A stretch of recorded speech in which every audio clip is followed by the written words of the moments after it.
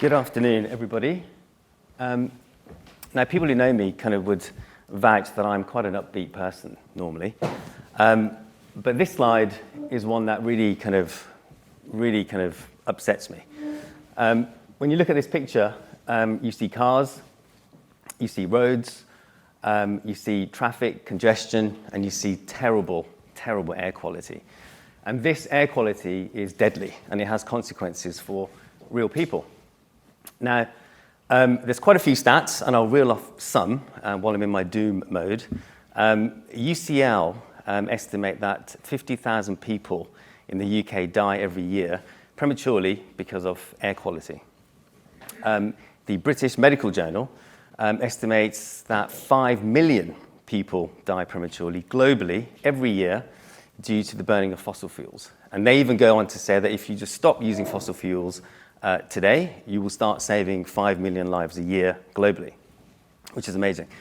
The World Health Organization has a thing called the global burden of disease, which is kind of pretty scary. And what they talk about is that of all female deaths, around 11%, and of all male deaths, around 12% are due to air quality annually. So, like this chap here on the right-hand side, he's on a bike.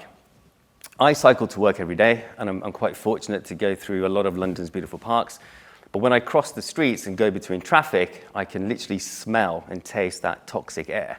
And that's why I go around now with a thing called an air quality monitor. And I have it on me, so we can talk about this later.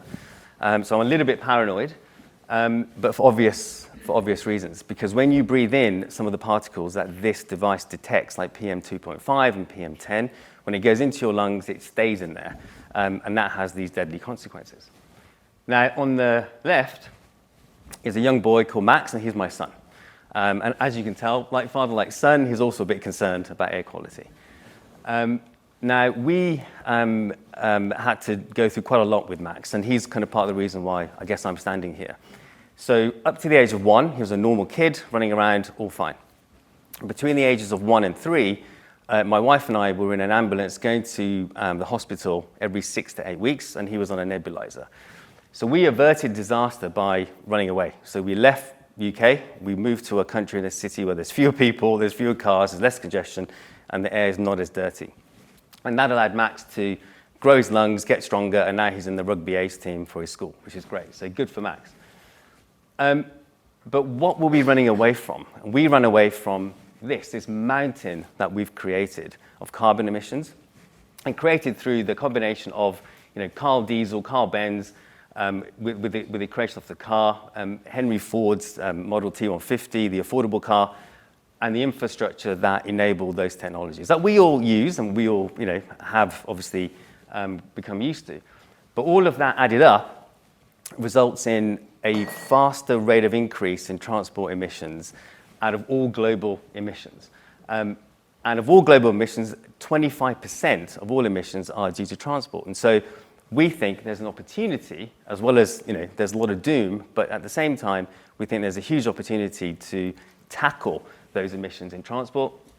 And that's what we've been focused on. And so what we thought is, how quickly can we climb down from that mountain? Because that mountain's been growing since 1850, since the Industrial Revolution. It's been growing very slowly over hundreds of years, but now we need to get it down to 0 by 2050. And that's a real hard ask.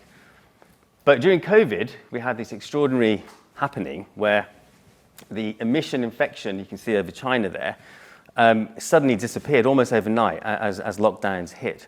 So we do have an ability to shut down these emissions rather quickly, but of course, that's not a sustainable way to do it. So how do we do it?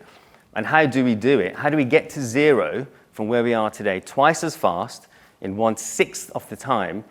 And in order to do that, we need to reduce transport emissions by 3% a year by 2030, just to get to the 2050 net zero. And the 2050 net zero is a mandate that a lot of countries, now most countries, have signed up to. So it's a real thing that we have to actually tackle. And we can't just tackle it with electric cars only or electric buses. We need to have some new breakthrough technologies that don't yet exist in many sectors, But two of those we've taken the liberty to invest in. And the first one is Urban Airport, which provides landing and charging infrastructure for electric, sustainable, advanced air mobility aircraft. And the other one is called Flock, which is a lightweight, sustainable mass transit system. And both of these are mutually kind of beneficial. One's taking up the airspace, and one is taking up elevated airspace. So that opportunity that I mentioned, we were lucky enough to be able to seize that in 2019. And that was through a UK government grant. So we won a multi-million-pound grant to develop and integrate autonomous, sustainable electric air taxis into the UK. And that seeded effectively Urban Airport. And that led us to begin working with Honda Motor Group and actually also Honda also. But we knew at the time that to develop and integrate these aircraft, it's all about the infrastructure, as we saw with the cars on the chart earlier. So we need to have sustainable, accessible infrastructure in order to make these sustainable aircraft and other vehicles, to make them accessible by all of us so that we can get to them, we can use them, and we can afford them. So when we started this project in 2019, we also made sure that we can integrate and have an intermodal system, right? So you can't just have one solution that's going to solve this massive problem. We're going to need multiple. And we've had the benefit of developing two, but there will need to be many, many others. So here's the first one. So this is Hyundai's eVTOL. An eVTOL stands for Electric Vertical Takeoff and Landing Aircraft. It's a bit like an electric helicopter combined with an electric aircraft, but one that can take off and land vertically. Amazing things. Honda, as you saw earlier, are also developing one. There are many other companies around the world, and we're working with most of the leading providers. But all of them need the infrastructure. And the opportunity that I identified earlier, according to McKinsey, it's a $1.5 trillion opportunity for eVTOL. And the numbers of these aircraft will be rising over the next 20 years or so, quite significantly. And the competition and the advancement of them and the certification of these aircraft is advancing, which is great for us to see.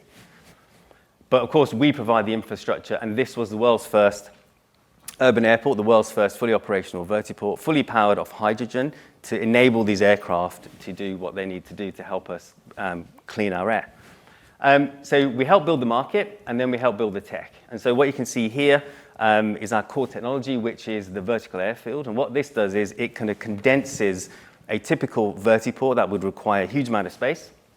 And you can see here on this quick demo, ordinarily for an 8-stand vertiport, like a mini airport for helicopters or eVTOL, you'll need around 25,000 square meters because it's all laid out flat on the ground.